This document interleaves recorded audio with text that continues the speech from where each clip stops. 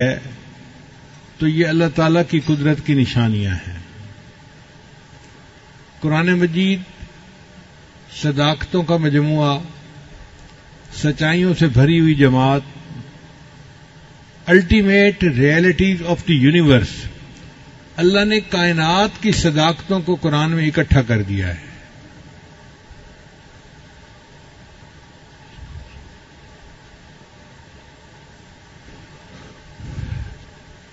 قرآن مجید میں اللہ تعالیٰ فرماتے ہیں کہ ہم نے زمین اور آسمان کو پیدا کیا، تم ذرا آنکھ اٹھا کر دیکھو، ہل تری من فطور، تمہیں زمین و آسمان کی پیدائش میں کوئی کمی نظر آتی ہے، کوئی نقص نظر آتا ہے؟ اور فرمایا کہ اگر ایک دفعہ نظر نہیں آتا تو دوبارہ آنکھ اٹھا کے دیکھو، فرجع البصر کرتین ینقلب الیک البصر خاسئا وحسیر، تمہاری نگاہ ناکام واپس لوٹے گی اور تمہیں میری تخلیق میں کوئی کمی نظر نہیں آئے گی۔ اب اللہ نے ایسی کائنات کو بنایا جس میں کوئی کمی ہے ہی نہیں، اور آج اتنا عرصہ گزر گیا، کوئی پوائنٹ ایسا نہیں جہاں انسان یہ کہہ سکتا ہو کہ جی کائنات میں یوں ہونا چاہیے تھا اور یوں ہے، غلطی ہو گئی، گنجائش ہی نہیں ہے، چونکہ اللہ نے پرفیکٹ سسٹم بنایا ہے۔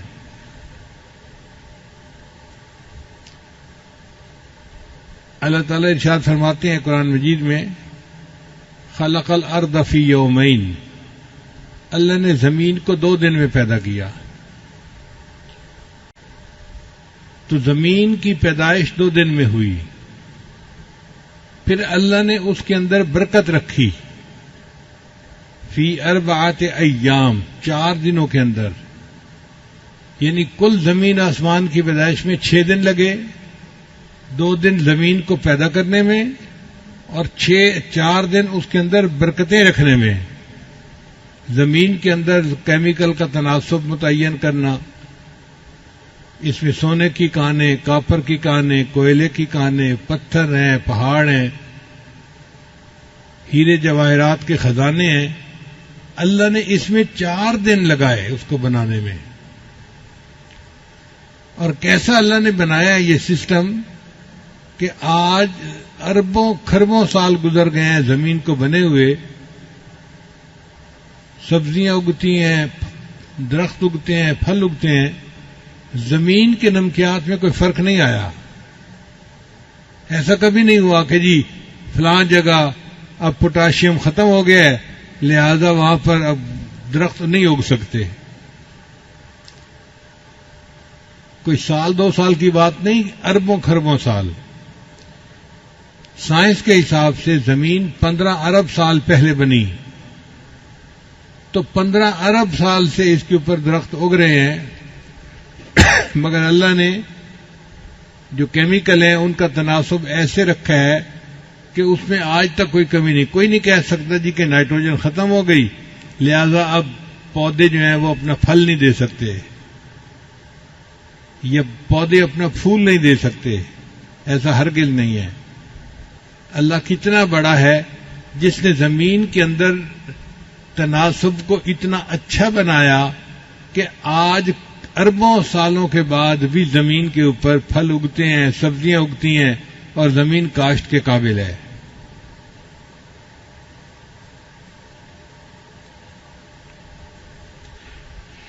پھر اللہ تعالیٰ نے بارش کا ایک نظام بنایا، سمندر کے اوپر سے پانی بخارات بن کے اڑتا ہے اور بادلوں میں جاتا ہے، اور بادل اس پانی کو لے کر پہاڑوں کے اوپر آتے ہیں، وہاں آ کر بارش برستی ہے۔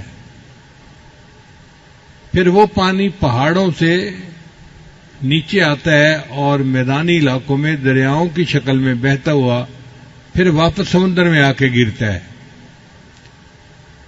ایسا ایکو سسٹم اللہ نے بنایا ہے کہ جو پانی سمندر سے جاتا ہے لوٹ کے وہی پانی پھر سمندر میں واپس آ جاتا ہے۔ آپ غور کیجئے، اگر اللہ تعالیٰ بارش برساتے کھاری پانی کی اور دریاؤں کا پانی کھاری ہوتا تو فصل کہاں ہوتی، انسان کو کھانے کو کیا ملتا؟ اللہ نے سمندر جو اتنا نمکین ہے اس میں سے پانی اٹھایا جو نمکیات سے پاک تھا، اور پھر میٹھے پانی کی بارش برسائی، اور میٹھے پانی کے دریا اللہ نے پوری زمین سے گزارے اور ہمارے لیے کھانے کا بندوبست کر دیا۔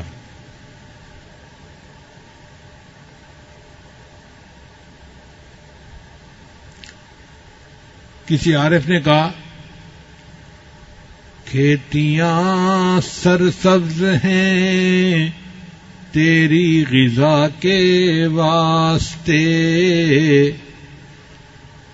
کھیتیاں سرسبز ہیں تیری غذا کے واسطے، چاند سورج اور ستارے ہیں ضیاء کے واسطے،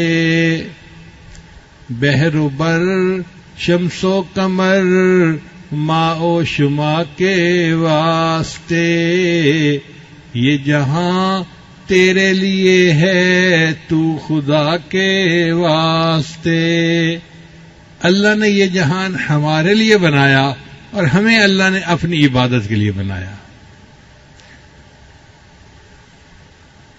تو دیکھیے اللہ تعالیٰ کی تخلیق میں کیا خوبی ہے، کیا حسن ہے کہ اللہ کے فضل سے آج بھی زمین کا پورا نظام اپنی خوبصورتی کے ساتھ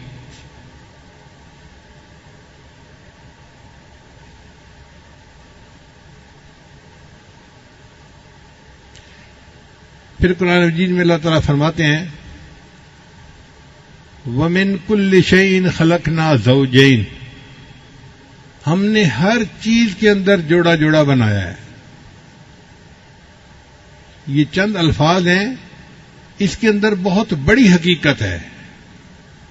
اللہ فرماتے ہیں ہم نے ہر چیز میں جوڑا جوڑا بنایا،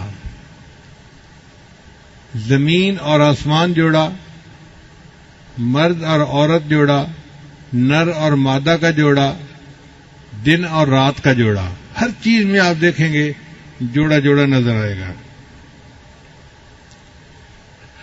حتیٰ کہ دنیا اور آخرت جوڑا، اور سائنس نے یہ تسلیم کیا کہ اگر دنیا میں میٹر ہے تو اینٹی میٹر بھی ہے، تو میٹر اور اینٹی میٹر یہ بھی جوڑا بن گیا۔ آپ اس کے اوپر پی ایچ ڈی کر سکتے ہیں کہ پوری دنیا میں جو چیز آپ پائیں گے اس کا جوڑا ضرور موجود ہوگا۔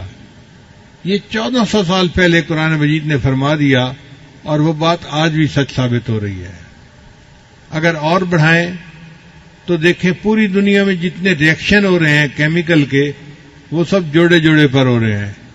ایک آئن پازیٹو ہوتا ہے، ایک نیگیٹو ہوتا ہے، آپس میں ایک دوسرے کے ساتھ بانڈ بنا لیتے ہیں اور کیمیکل ریئیکشن ہو جاتا ہے۔ پھر اگر انڈسٹری کی طرف آئیں تو مشینوں کی ایک زبان ہوتی ہے جس کو مشین لینگویج کہتے ہیں۔ وہ مشین لینگویج بھی 0 اور 1 کے ڈیجٹ پہ چلتی ہے، تو 0 اور 1 جوڑا بنتا ہے۔ اس جوڑے کے ساتھ پوری دنیا کے اندر کمیونیکیشن ہو رہی ہے، حتیٰ کہ جو چاند پہ لوگ جا رہے ہیں وہ زمین والوں کے ساتھ جب رابطہ کرتے ہیں تو اسی مشین لینگویج پر ایک دوسرے سے گفتگو ہو رہی ہوتی ہے۔ اس میں بھی دیکھو جوڑا جوڑا۔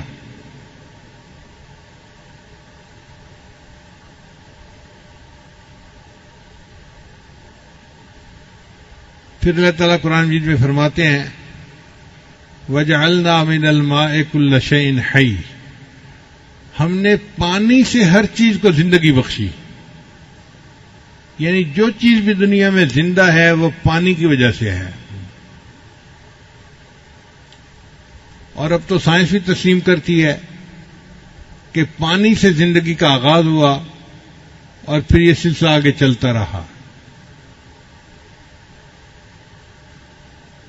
پچھلے دنوں ایک مشن مریخ کے اوپر بھیجا گیا تو دنیا کے مختلف ملک کے سائنسدان اکٹھے ہوئے کہ ہمیں کیسے پتہ چلے کہ مریخ کے اوپر زندگی ہے یا نہیں ہے۔ تو انہوں نے کہا اس کے لیے کوئی ہمارے پاس کرائیٹیریا ہونا چاہیے۔ کیا کرائیٹیریا ہونا چاہیے؟ انہوں نے مل کے متفقہ فیصلہ کیا اگر مریخ کے اوپر پانی موجود ہے تو زندگی یقیناً ہوگی، اگر پانی موجود نہیں تو زندگی نہیں ہو سکتی۔ جو بات 1400 سال پہلے بتائی گئی آج کی سائنس کی دنیا بھی تسلیم کر رہی ہے۔ قرآن مجید نے کہہ دیا وَجَعَلْنَا مِنَ الْمَاءِ كُلَّ شَيْءٍ حَيٍّ، ہم نے ہر چیز کو پانی سے زندگی عطا فرمائی ہے۔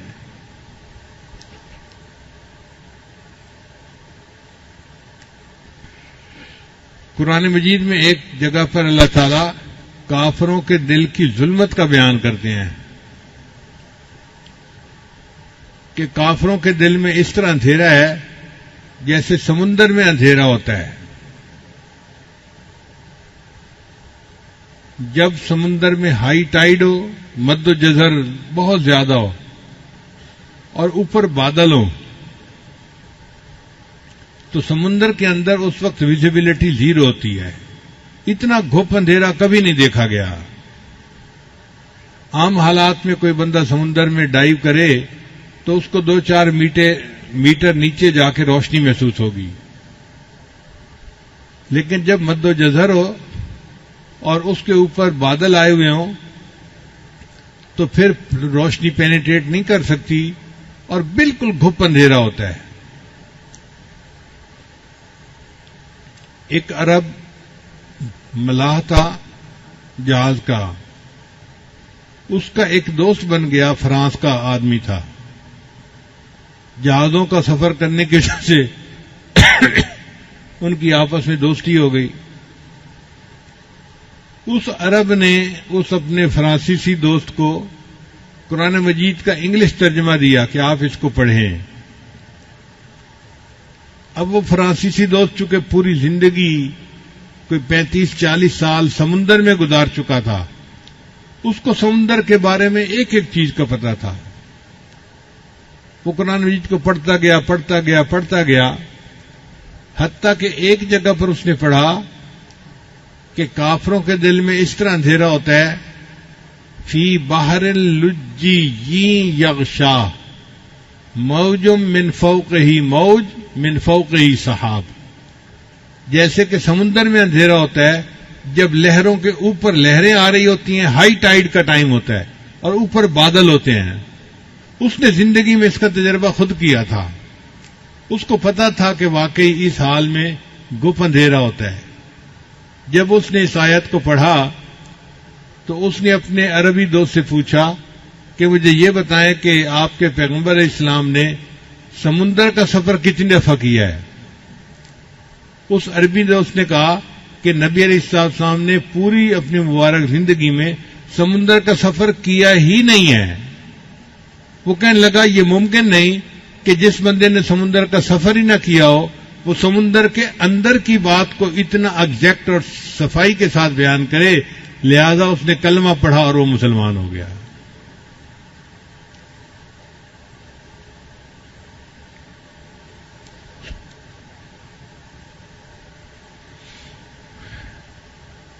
چند اور اللہ کی نشانیاں دیکھیے۔ مرغابی سردیوں کے موسم میں ایک ملک سے دوسرے ملک کا سفر کرتی ہے اپنی غذا کی خاطر۔ چنانچہ ایک مرغابی کا چھوٹا سا پرندہ ہے جس کا وزن 400 گرام ہوتا ہے۔ 400 گرام کا مطلب آدھا کلو بھی نہیں ہے، چھوٹا سا پرندہ کبوتر جیسا۔ وہ امریکہ میں الاسکا ایک جگہ ہے برفانی، وہاں سے وہ اڑتا ہے اور نیوزی لینڈ جاتا ہے، اور درمیان میں سمندر ہوتا ہے۔ وہ سمندر کے اندر زمین پہ اتر نہیں سکتا، پانی ہے، لہذا وہ جو اڑان بھرتا ہے تو 9 دن 9 رات مسلسل وہ اڑتا رہتا ہے۔ اب آپ غور کیجئے کہ چھوٹا سا پرندہ ہے، 9 دن 9 رات اڑتا ہے، نہ کھاتا ہے نہ پیتا ہے نہ آرام کرتا ہے نہ نیند کرتا ہے، اور بغیر کسی آرام نیند کے کھائے پیے کے وہ 9 دن 9 رات میں 12,000 کلومیٹر کا سفر کر کے اپنی منزل پہ پہنچتا ہے۔ اس پرندے کو کس نے اتنا سفر طے کرنے کی قوت عطا فرمائی؟ اللہ نے عطا فرمائی۔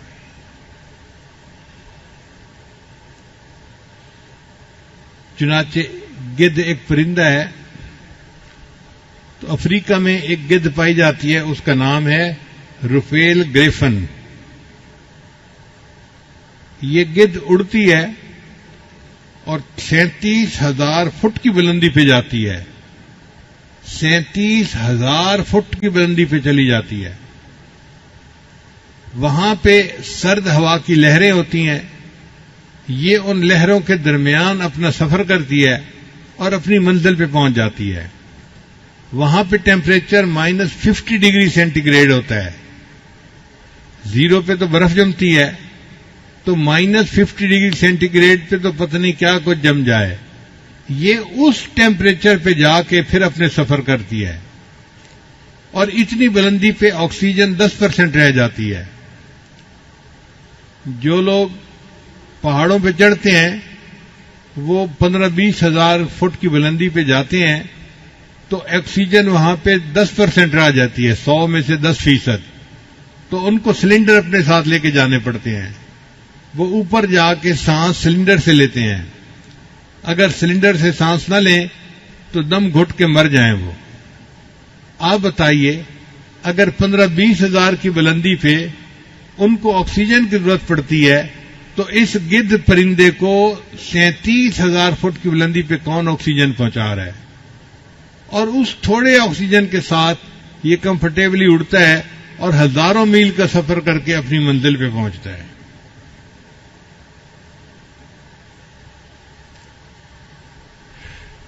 جاپان کے قریب ایک کھائی ہے، یعنی سمندر عام طور پہ تو چند کلومیٹر گہرا ہوتا ہے، لیکن وہ کھائی زیادہ کھڈا جیسے ہوتا ہے نا، گڑھا بن جاتا ہے، ایسے گڑھا بن گیا ہوا ہے، اس کا نام ہے ماریانا کھائی۔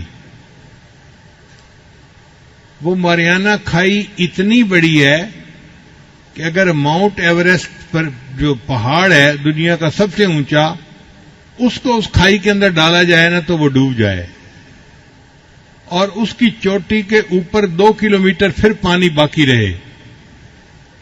اتنی گہری کھائی کہ ماؤنٹ ایوریسٹ پہاڑ پورا کا پورا اس کھائی کے اندر ڈوب جائے گا، اور اس کی چوٹی کے اوپر بھی 2 کلومیٹر پانی رہے گا۔ یہ کس نے بنائی؟ اللہ نے بنائی، جو قدرت والا ہے، جو جانتا ہے کہ اس کائنات کو چلانا کیسے ہے۔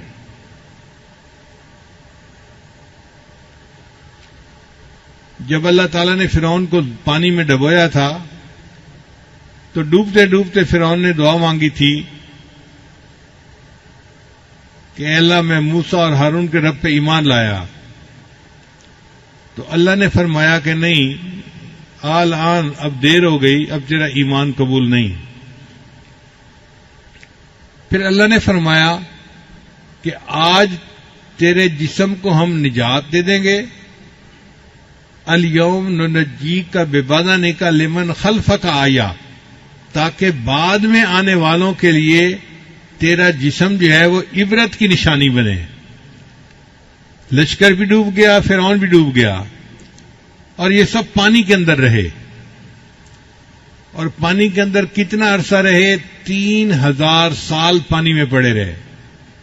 اس کو کہتے ہیں بحیرہ احمر۔ 3,000 سال فرعون کی لاش پانی میں رہی۔ پھر جب دریافت کیا گیا تو فرعون کی لاش کو سائنسدانوں نے نکالا،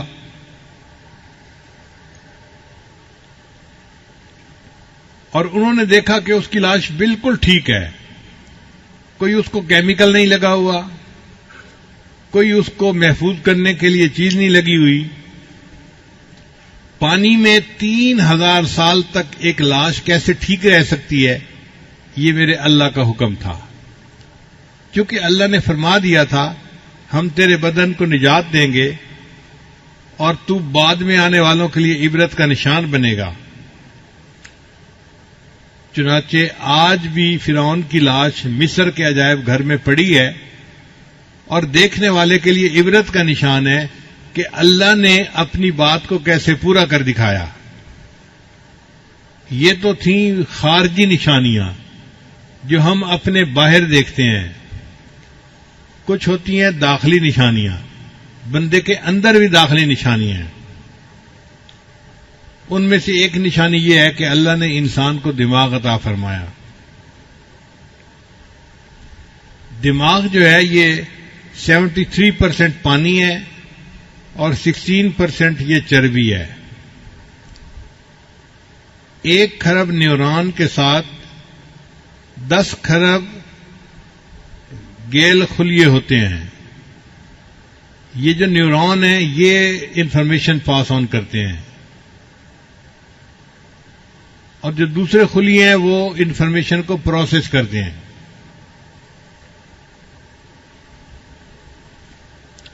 کتنا انفارمیشن کو پروسیس کرتے ہیں؟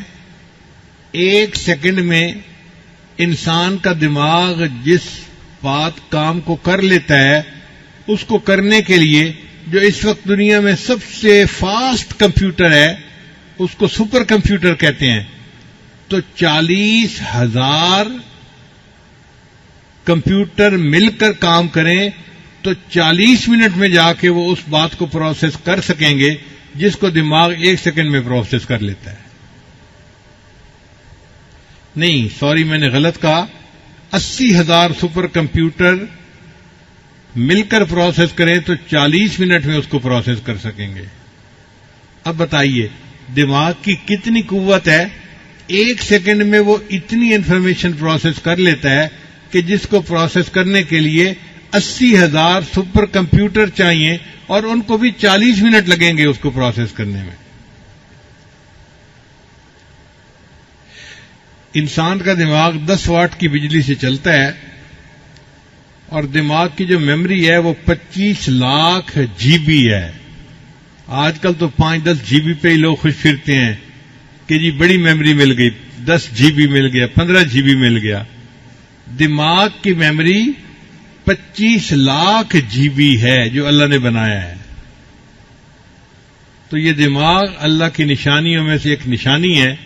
جتنا ہم اس پر غور کرتے ہیں ہمارا دل گواہی دیتا ہے کہ واقعی ایسے دماغ کو بنانے والا اللہ خود کتنا عقل مند ہوگا، وہ خود کتنی صفات کا حامل ہوگا. پھر اس کے بعد انسان کی آنکھ.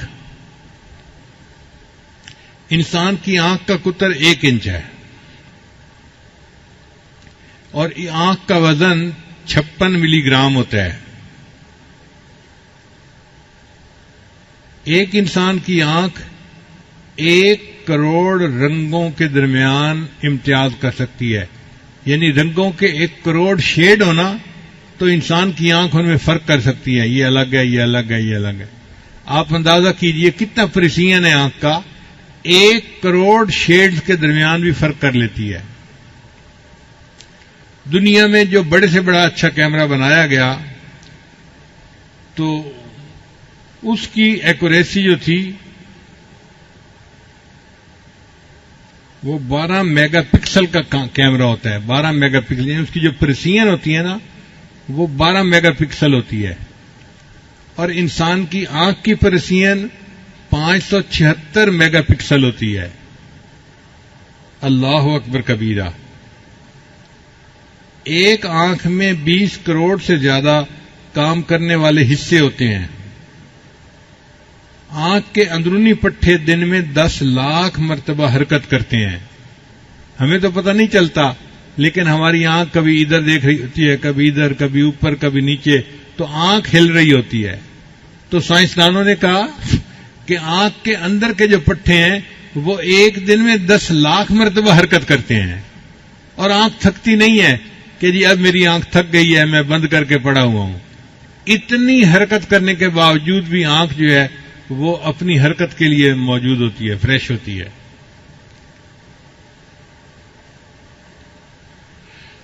انسان کی انگلی کے جو نشانات ہیں نا ان میں 40 کریکٹر ہیں جن سے بندے کو پہچانا جاتا ہے. یہ اس بندے کی انگلی ہے، یہ اس بندے کی 40 کریکٹر ہیں. اور انسان کی آنکھ میں 256 کریکٹر ہوتے ہیں جو ایک دوسرے سے مختلف ہوتے ہیں. اسی لیے سیکیورٹی میں انگلی سے پہچان کرنے کی بجائے آنکھ سے پہچان کرنے کا طریقہ زیادہ مقبول ہے. آج کل بیرون ملک کا جب سفر کیا جاتا ہے نا تو کئی جگہوں پہ تو انگلی کا نشان لیتے ہیں اور کئی جگہوں پہ آنکھ کا فوٹو لیتے ہیں. تو بندہ حیران ہوتا ہے جی آنکھ کا فوٹو کیا لیں گے؟ آنکھ میں 256 کریکٹر ہوتے ہیں جس کی وجہ سے ایک بندے کی آنکھ کو دوسرے کی آنکھ سے پہچاننا بہت آسان ہوتا ہے. ایک لمحے میں پہچان ہو جاتی ہے یہ بندہ اور ہے اور یہ بندہ اور ہے.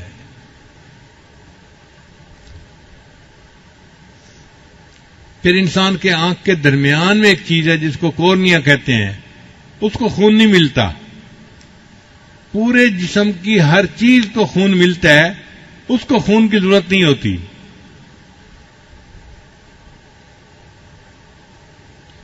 مگر اس کو فکس کرنے کا طریقہ آج تک انسان نہیں جان سکا. اب کوئی بچہ ماں کے پیٹ سے پیدا ہو اور اس کی آنکھ نہ ہو تو ساری دنیا کے سائنسدان مل کے اس کے لیے آنکھ بنا نہیں سکتے. یہ آنکھ کی نعمت کس نے دی؟ اللہ نے ہمیں عطا فرمائی. پوری زندگی انسان عبادت کرتا رہے تو آنکھ کی نعمت کا حق ادا نہیں کر سکتا.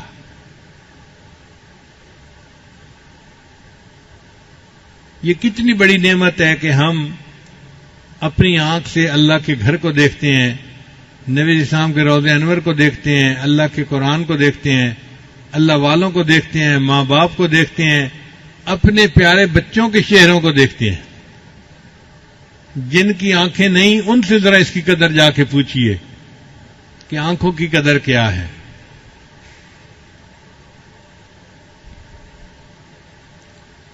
تو یہ آنکھ بھی اللہ کی نشانیوں میں سے ایک نشانی ہے. پھر ایک اور نشانی ہے انسان کا دل.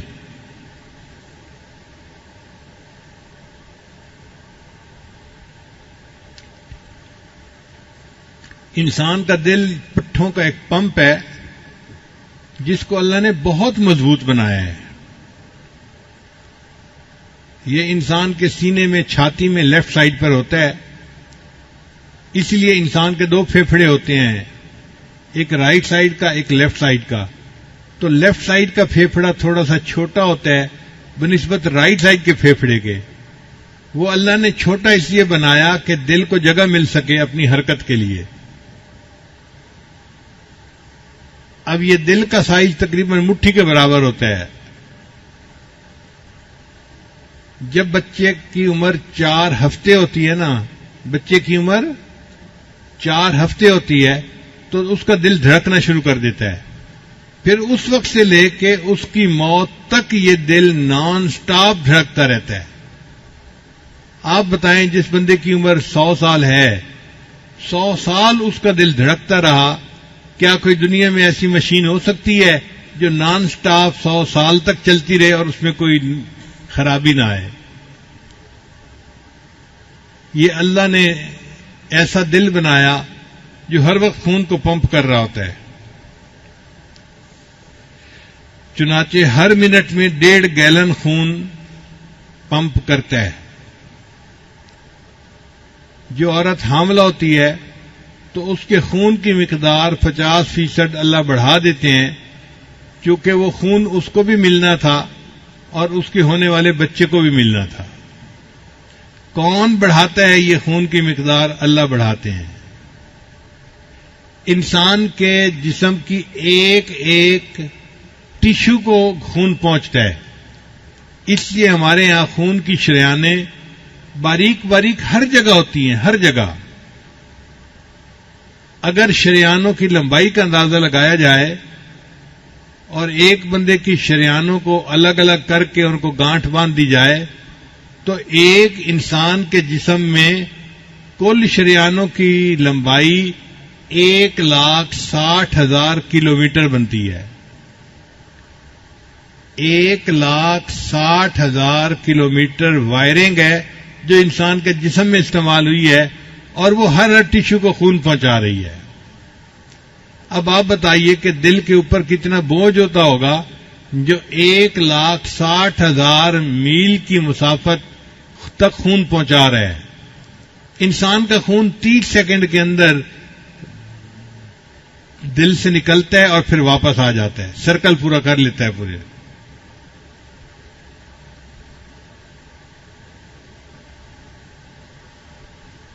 قرآن مجید میں اللہ تعالیٰ فرماتے ہیں لہم قلوب یعقلون بہا، اے کاش ان کے دل ہوتے جو انہیں عقل سکھاتے. سائنسدان بڑے عرصے تک اعتراض کرتے رہے اور جی دل تو ایک پمپ ہے، اس کا کیا تعلق محسوسات سے اور کیفیات سے. تو یہ تو عجیب بات ہے. ہزاروں سال سائنسدانوں نے مخالفت کی اور اب آ کے سائنس نے تحقیق کی کہ دل کے اندر بھی کچھ نیورونز ہوتے ہیں اور وہ انسان کے دماغ کے ساتھ کنیکٹڈ ہوتے ہیں. چنانچہ ایک چھوٹا سا کنٹرول روم دل کے اندر بھی ہوتا ہے، وہ سگنل دیتا ہے انسان کے دماغ کو اور انسان کا دماغ پھر پورے بدن کو کنٹرول کرتا ہے.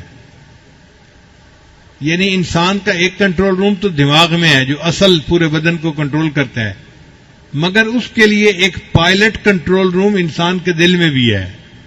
جو دل میں کیفیت ہوتی ہے دماغ اسی کے بارے میں سوچتا ہے اور اسی کے بارے میں دماغ پروسیس کرتا ہے. 1400 سال پہلے جب دنیا نہیں جانتی تھی، اللہ نے اس وقت فرمایا ان کے دل ہوتے جو انہیں عقل سکھاتے.